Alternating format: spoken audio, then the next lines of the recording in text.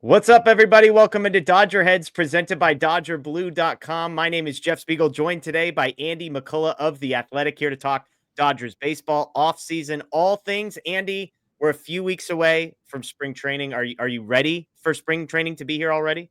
I thought the season was canceled. I thought the Dodgers just won the World Series already. They're not even going to play the games. Yeah, according to Twitter, it seems like that is the case. But allegedly, they're just going to go through the charade anyways, even though we already know how it's going to end. All right, well, that's fine. It'll be great to be back in Los Angeles, for game one when Ben Kasparius is starting after all the injuries, ransack the rotation. Yeah, it'll be fun. Yeah, well, I wish I could say that, that's an outrageous thought, but there's people on social media that believe that, and I can't say they're wrong after what we've seen with the Dodgers. But I'm glad you brought that up, because one of the reasons I reached out to you in particular, as a guy who obviously has connections to the Dodgers, having been a beat reporter, but now who covers the game nationally for The Athletic, is I wanted to get a perspective from somebody like you on this question that seems ridiculous and at the same time is dominating the discourse right now, which is, are the Dodgers ruining baseball? Ken Rosenthal, one of your colleagues, had a great article up on The Athletic, I thought, this past week that's been really, really good. But I'd love to hear from you. Like, how do you consider and process that question? Yeah, I mean, it's an interesting one, and I think that it's worthwhile to. I was on Jake Mintz's podcast, Cespedes Barbecue, earlier today, and he made a point that, I think I understood but hadn't really compartmentalized. It's like most fans take in baseball news as, how does this affect my baseball team? And so if you are a fan of a team that isn't the Dodgers, yes, this offseason really annoys you. If you're a fan of the San Diego Padres, you're furious at this, right? You missed out on Sasaki, Blake Snell, who you saw win a Cy Young for you a couple years ago, is now pitching for the Dodgers. Tanner Scott, who was the only person who could get Ohtani out before he wrecked his arm, is now with the Dodgers, et cetera, et cetera. And so, I think that fans take in information and how it affects their team. None of this is good for any of the teams except for the Dodgers. And if you are a fan online in 2025, you're probably a hater. That's what it means to be a fan now, is to just be a hater. And so at the same time, I think that to outright dismiss the frustration of fans is foolish, especially for journalists who are trying to, communicate information to them. And so it's worthwhile to hear the perspectives, but talking about a salary cap or things have to change or, this system is broken, blah, blah, blah. It's dude, if the Padres take care of business in game 4 of the NLDS, everyone's making fun of the Dodgers for spending like this. Yep. Right? It's oh, let's see how they, screw it up again in October. The only reason the discourse has gone from them being the bumbling colossuses who can't get out of their own way in October to this juggernaut that has destroyed the sport is because their best players played well in the postseason for the first time in a while. And look, they're going to play a season in 2025. Guess what? The Dodgers probably won't win the World Series. Another team probably will. That's just the math. And then because they still have Shohei Ohtani in this incredible business, they'll probably do some more crazy stuff next offseason, you know? But I don't know. I think that it's understandable that fans are frustrated, but they're kind of just doing what every fan wishes their team was doing. Yeah. Right. Totally. It's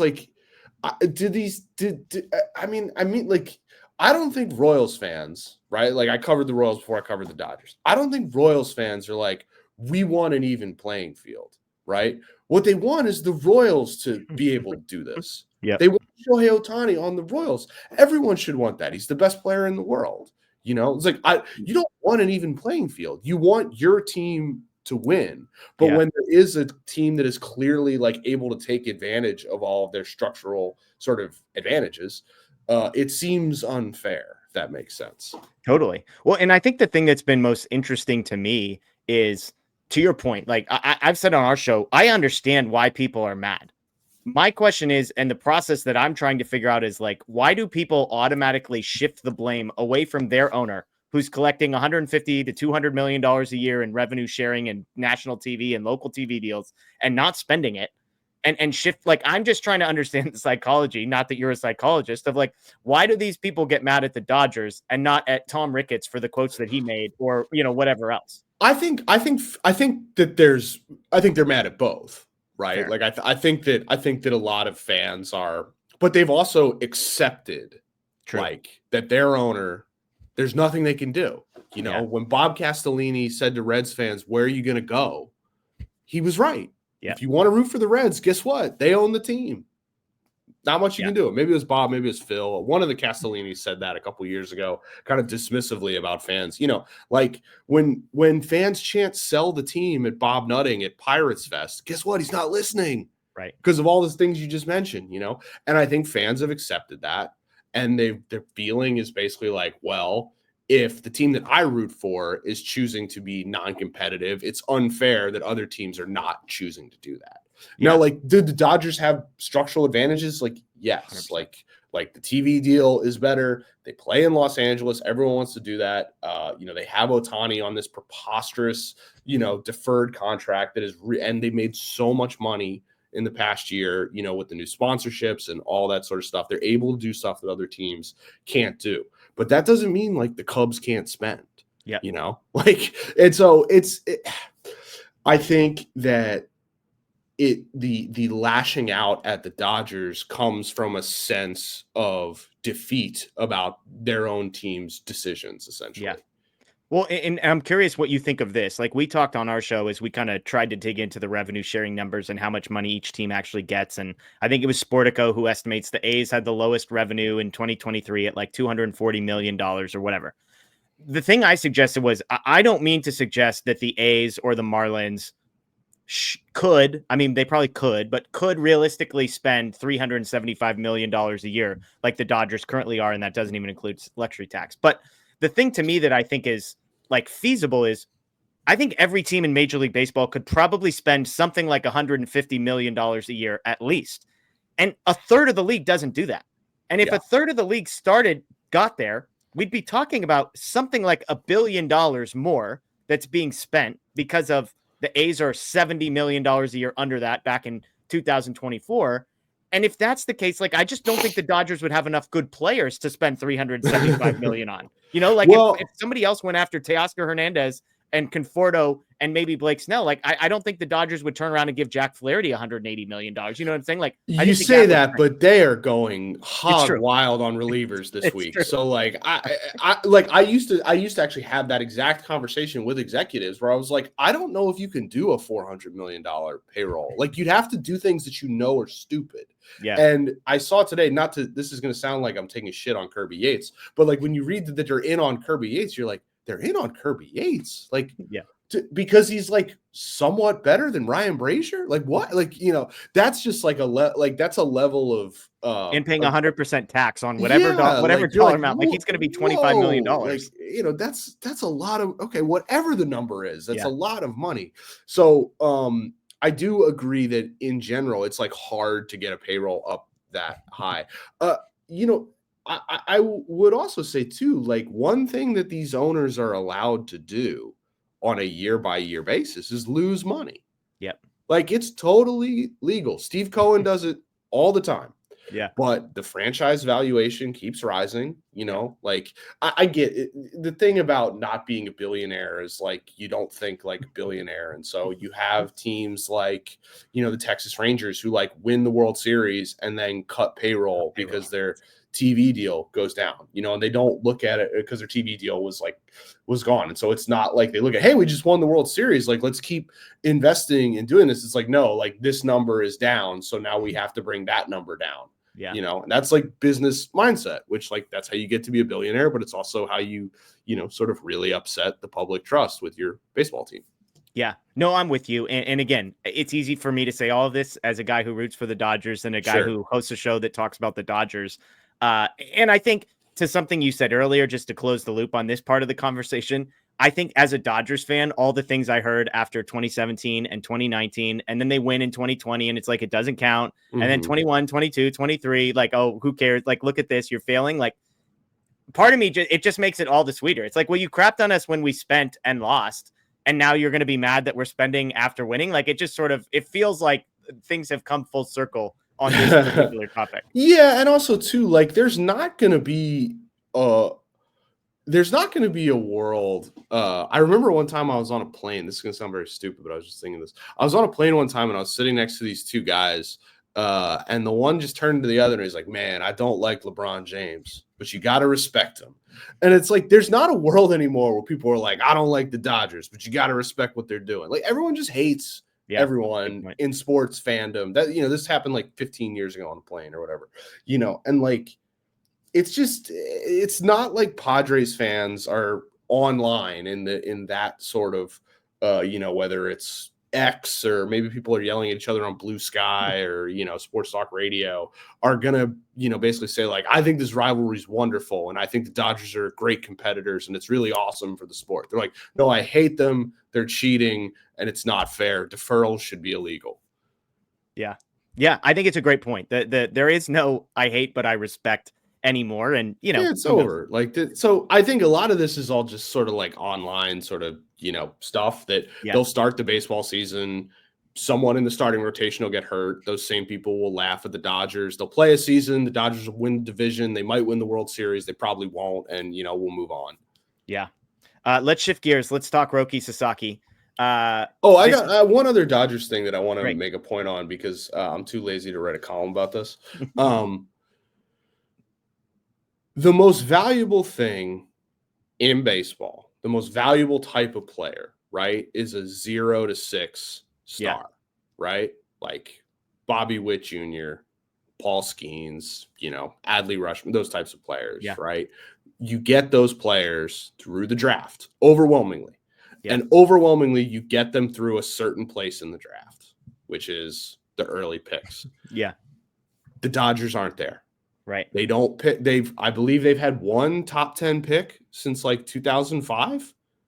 Yeah. I believe that sounds about right. Right. And that was Kershaw. Right. So Logan White and Ned Colletti did a good job with that one. But usually they're picking in the back half. They don't have access to the most valuable pool of players in the sport. The sport has created a structural funnel that sends the most valuable players to the least useful, like the least productive teams. It's called the draft. Like, this is why they have the draft. This is why Paul Skeens is on the Pirates.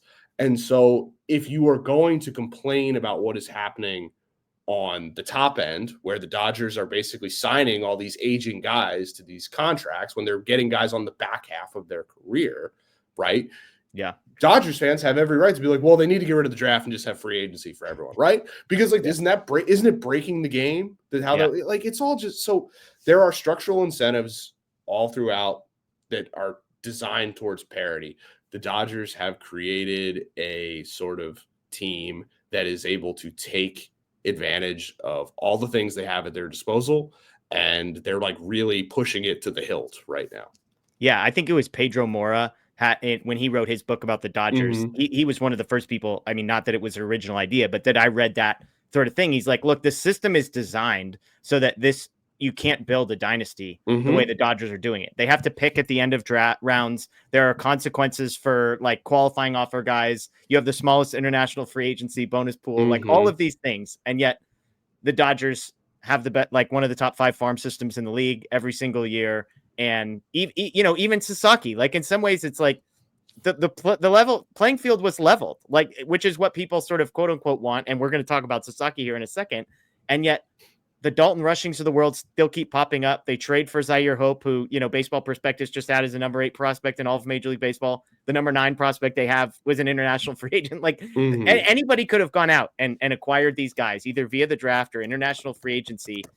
And Jackson Ferris was another guy, came over via trade. Like the Dodgers just keep winning on the margins at every single level. And, oh, by the way, they're in Los Angeles and they can give you more money and all of those things too. Right. So it's all of it. And just real quick, you were right. Kershaw was the last time the Dodgers picked in the top 10 back in 2006. And you'd have to go back to 1993 before that for the previous time. Right. Crazy stuff. And yet, like, how many rookie of the years did the Dodgers have over that stretch? Yeah. So, but just what I'm years? saying is, like, sure, is it unfair to the Pirates that they have an owner who's willing to spend, billions of dollars every offseason? Yeah. It's also unfair to the Dodgers. You could argue that they have no chance to access Paul Skeens for the first, basically 7 years of his big league career. Yeah. And all the different players of that ilk they can't get to because of how the draft works. Although you better believe the number of Dodger fans in my life that texted me the Paul Skeens quote from a couple of days ago, where he was like non-committal on his future in Pittsburgh, and the number of Dodger fans that were texting that like Paul Skeens future Dodger, and it's like, of course, yeah, just chill out. You got Blake Snell, man. You'll be like, just enjoy, whatever. Okay, let's talk Roki Sasaki. He picks the Dodgers as everybody predicted he would. Not everybody, most people predicted that he would. I'm curious, like, as somebody who's plugged in and connected to people that are all around the league on this, are there a lot of people who really believe that this was all a sham and that this agreement with the Dodgers has been made? Or is that kind of just like an online narrative more so than like a real life in baseball offices narrative? No, it's a real thing that, yeah, in the all the way back to last summer, there were people with other teams, saying, well, he's just going to go to the Dodgers. He's going to go to the Dodgers. He's going to go to the Dodgers, like blah, blah, blah. It's been reported that MLB investigated it and everything was above board. Joel Wolf, Sasaki's agent, was like vehement, on the record in starting in like November that there was no deal, so, but yeah, other folks from other teams were complaining about the sort of inevitability of Sasaki going to the Dodgers. And, sometimes it was, suggesting that there was already a deal, which obviously the Dodgers and Sasaki's camp says is not true. And sometimes they were just talking about the reality of it. Yeah. Where it's like, why would he pick a team besides the Dodgers? Yeah. Like, why? They're in Los Angeles. They employ Ohtani and Yamamoto. They're going to do a 6-man rotation. They've already been running a version of a 6-man rotation for the past 3 or 4 years, and now they're going to actually have 6 starters in it. They have a huge footprint in Japan. They have, strong player development. You could argue that other teams are better, at pitching development. You could certainly argue other teams are better at keeping pitchers healthy. Yeah. But why would you pick another team? It would be weird to pick another team if this is, unless like you really want to go to Tampa Bay or So some of it is, I understand the frustration from other teams, but it's getting at the, like, they've created this flywheel, the Dodgers have, and this is how you reap the rewards from it. It's like one of the benefits of getting Ohtani and signing Yamamoto to that massive deal is you're that much more attractive for other future superstars who might want to come over from this like very competitive, foreign league, essentially. On the investigation piece, I thought it was interesting in the piece that's up on The Athletic. There were like 4 guys that were Fabian, Ken Rosenthal, a couple other people were involved. They made a point to say that the primary focus of the investigation was actually on the team in Japan, making sure that they were not like sort of getting benefits outside of the 20% of the bonus that they were allowed to. And it just made me wonder, and I don't know if you have insight on this, is like, did MLB actually investigate whether the Dodgers and Sasaki had a deal 12 to 18 months ago, or were they investigating other things and kind of hoping people would confuse the two? I don't know. I think that there will be more sort of reporting on that in the coming weeks, but the Dodgers have been pretty vocal about it. Like Joel Wolf has again said that there was no deal and was very annoyed by the whole thing. You saw Andrew Friedman kind of bite the head off a reporter during the World Series when he was asked about the international bonus pool, so everyone's on edge about it. I think some of it just stems from the fact that the Dodgers were like scouting him very closely. Right. It was very clear that they wanted him. So I don't know the details of the investigation. That will have to come out. I spent the past week covering college football for unknown reasons, so I was kind of out of the loop. I love it. A couple more things here. Dave Roberts. Every time I think the Dodgers are done signing people, by the way, they aren't done. We still think Clayton Kershaw is a slam dunk to be back on this team. I think a lot of people in our world believe Kike Hernandez may be on a similar boat once pitchers and catchers report, and there's a little bit more roster flexibility. That one's less certain. But the other thing hanging out there is Dave Roberts and a contract extension. I think everybody believes a contract extension is going to get done. So let me ask you the question this way. Craig Counsell's contract is such an outlier among major league managers that I actually, even though I think Dave Roberts, you could make a case as one of the better managers in major league history based on his resume, he's going into the Hall of Fame, et cetera, et cetera. It still seems crazy to me that he would get more money than Craig Counsell, but it sounds like industry people, just because of the gap between, like, it's like a 5. Yeah, I think though, if you're Dave Roberts, what does Craig Counsell do better than you? Nothing. What has he done that suggests that he should make more money than you? Totally. And that's my question is, it's hard. On one hand, it's like Dave Roberts right now is like, I think just inside maybe the top 10 paid managers in the league. And this would represent like a $5 or $6 million increase. But it sounds like you believe that he's going to get close. I mean, Counsell's at 8, I believe. So we're talking close to $10 million. 5. Yeah. Counsell right now is, I believe, 5 for 40. So 8 a year. So do you think Dave's going to get close to 10? Yeah, I would suspect so. Yeah. Okay. Yeah. And no worries that this is going to happen. Just a matter of time. I think that look, I mean, I don't know. They're about to sign Kirby Yates, for like 110 cents on the dollar.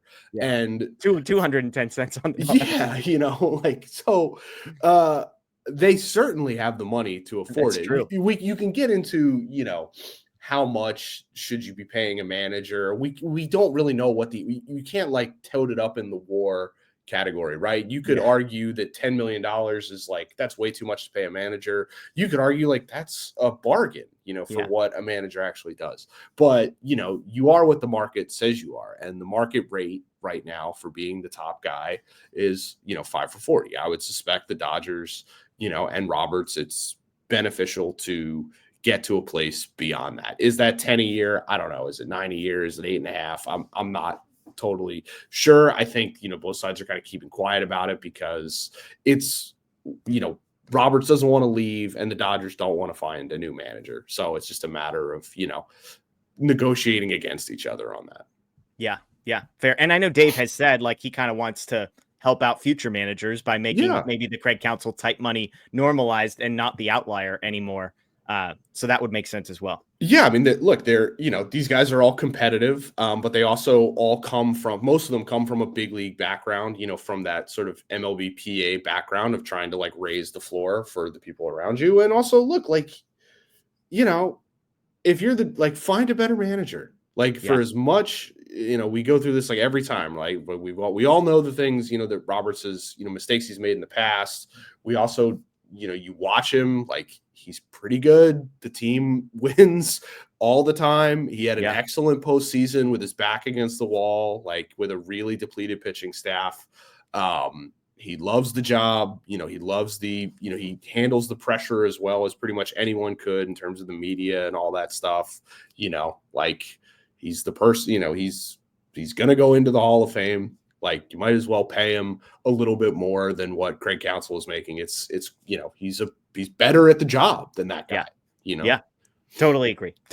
Okay, 3 rapid fire questions and then we'll be done. The Dodgers in the last 13 months have signed Ohtani, Yamamoto, Teoscar Hernandez, traded for Tyler Glasnow, traded the Michael Busch trade, traded for Edman, signed Snell, traded for Kopech, signed Sasaki, signed Tanner Scott, traded for Jack Flaherty, signed Michael Conforto. I mean, the list goes on. Have you ever, covering baseball, seen like a run that even approaches the 13 months that Andrew Friedman has had, dating back to December of, I guess, 2023? Well, I mean, what about just that like 17-person trade they made in 2014? That trade with like 7 different teams that was all, So, yeah, they're using their financial resources to make up for the player development pipeline is not as robust as it was at other points during this run. They are not just, popping out the Will Smiths and the Walker Buehlers and the, Corey Seagers and Cody Bellingers of the world anymore. Right. Yeah. So they are being forced to spend.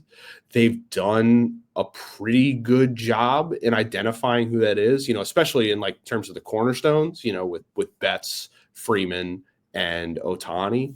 And then, you saw that quote that was kind of bounced around Twitter the other day about Andrew Friedman basically saying, I don't want to shop in July. I hate it. Yeah. Which makes sense because that you're overpaying almost all the time and you hate it and you have to do it. And so they're trying to basically create as much redundancy as the roster as they can. But yeah, like it's a real like flexing of financial might that, the Mets tried this a couple years ago, right? When they, spent on like a bunch, Scherzer and Verlander, like spent a ton of money on Brandon Nimmo too. They did have a huge deal with Carlos Correa before, it came back that he had like termites in his ankle or whatever in the physical. And so like it's been tried before, but this sort of continue, like I was in Atlanta reporting, on this thing for The Athletic on college football. And like I got the notification about Tanner Scott and I was like, really? Like that's okay. I mean, they're just like, all right, fair enough. 4 for 72. Yeah, sure. Like I remember, inflation and everything, but like I remember, them just being utterly pained at going, I think it was like 5 for 70 on Kenley Jansen. And Kenley Jansen's like borderline Hall of Famer, like a historically great Dodger. Like Tanner Scott has been really great the last 2 years, but like it's really a 2-year track record of being great, So and he was the best pitcher I saw all postseason too. So like, he made Ohtani just, look feeble. But yeah, there is a point where you're just kind of like, wow, really? Okay, good for them, I guess, man. It's tough to be a guy in AAA for the Dodgers right now. Yep. No, I was down, visited the Oklahoma City team and interviewed a bunch of those guys. And I'm going through dudes who, it's not like they had superstars down there, but there's a bunch of guys who are having really good seasons at AAA. And it's like any other organization, I always joke about their AAA catcher, Hunter Fiducia, who's on the 40-man roster. I'm like, I'm pretty sure this guy starts at the major league level for at least a third of the teams. And he probably has 10 major league games to his name and has been on the 40-man roster for like 2 years now. So it's a tough spot for guys like that. For sure. 2 more questions. We joked about this on our show, not Dodgers specific, but what major league team would you say is having the worst offseason? You can go off the board. The three names we threw out was the Blue Jays prior to them signing Santander because they finished second in everything. The Padres, who not only have done nothing but watch the Dodgers do everything. And then the third one was the Boston Red Sox, who basically promised their fans that they were going to sign all these superstars. And yes, they went out and traded for Crochet and signed Walker Buehler, who I love. But it still feels like a massive disappointment compared to what they claimed, how hard they claimed they were going to be trying this offseason. So whether it's one of those or somebody else, do you have a team that's having the worst offseason? I mean, I think the Baltimore Orioles are pretty disappointing. And just that they're like not going for it really in any meaningful way. Worst is strong because like you don't want to say like winning the offseason, losing the offseason is like a very ephemeral sort of thing. Baltimore is the team to me that I look at and I'm like, I don't get what you're doing. Like I just don't get. It's like, okay, you're like all this financial restraint. Why are you giving a 3-year deal to Tyler O'Neill? Like what am I missing here? I will say this about the Padres, and you know this, and Dodgers fans know this. There's been a lot of times over the past few years where I think Dodgers fans have been like, "Whew, okay, not gonna have to worry about those guys anymore." Yeah, and then you saw how good they were last year. They still have a ton of talented players. Like I know injuries and all that sort of stuff. They don't look like they're going to be as formidable as they were last year. But I would not write off San Diego as a competitive team and a thorn in the Dodgers side anytime soon. I think they're still going to be pretty good. And, they clearly have, an attitude about playing the Dodgers that matches up well. I forget. I'm bad on years. When your time covering the Dodgers was that all post the Frank McCourt stuff? Yeah, no, I covered the team from 16 through 19. Okay. I thought in my head, I was like, I think it was past. Anyways, that's been like hearing Padres fans that are just like finding Dodger tweets and getting mad about it. It's like saying like, oh, this ownership thing isn't that big of a deal. There's a lot of Dodgers fans that are like, look, I'm just telling you, we lived through the Frank McCourt era and it was definitely a big deal. Yeah, I guess we will see. We will see if what is going on with their sort of ownership, the tussle for control, matches the McCourt era, then yes, it can get. But reread Molly Knight's book. I mean, that was a crazy time. There was a lot of stuff going on that is pretty unprecedented. On the field too. You had the Yahtzee Puig stuff happening on the field at the same Vladimir time. Spunt still with us? That would be well. I don't know how to look that up. I don't know if you can check. I guess there would have been anyway. Last question for you. 2022, the Dodgers won 111 games. This team, I think, is probably the most talented major league team, especially from a 40-man roster, 26-man roster perspective, that I can ever remember. You can make the case that they have all of the best rotation, the best bullpen, and the best lineup in Major League Baseball. Do you think this team has a chance? I mean, they have a chance. Do you think this team will win 112 or more games this year? I would say no, but I think they'll win more than like 105. Okay. It's just hard. It's just hard to play that good, that long, like the 2017 Dodgers come to mind. Like that was the best team I've ever seen.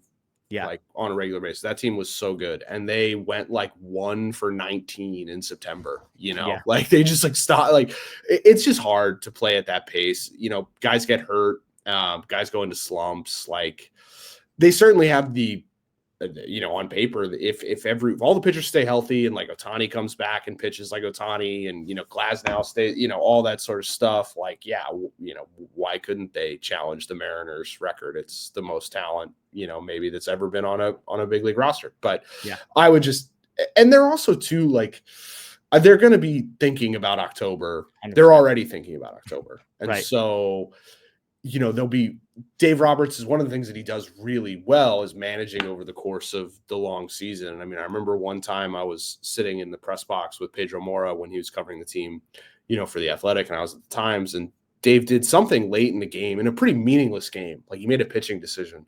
And I was like, what is he doing? And Pedro's like, he's trying to lose. Like he's just trying to get to tomorrow. Like this game doesn't matter. And I was like, wow, that is exactly what he's like. He was like, if I lose, like he's trying to lose.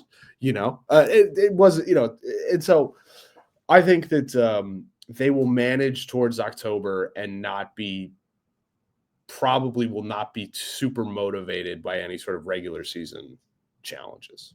Yeah, it's fair. It's fair. That's Andy McCullough of The Athletic. You can check out his stuff over at The Athletic. On the app.com, all that kind of stuff. Any pieces in particular that you got coming out? It sounds like some college football content. I did a college football story the other day about the playoff. No, we got the Aces project coming up, which I'm always excited to do, where we kind of, talk to like a bunch of scouts and executives about who are the best pitchers in baseball. So I'm very excited to see what the scores we get back on like Sasaki and stuff like that will be.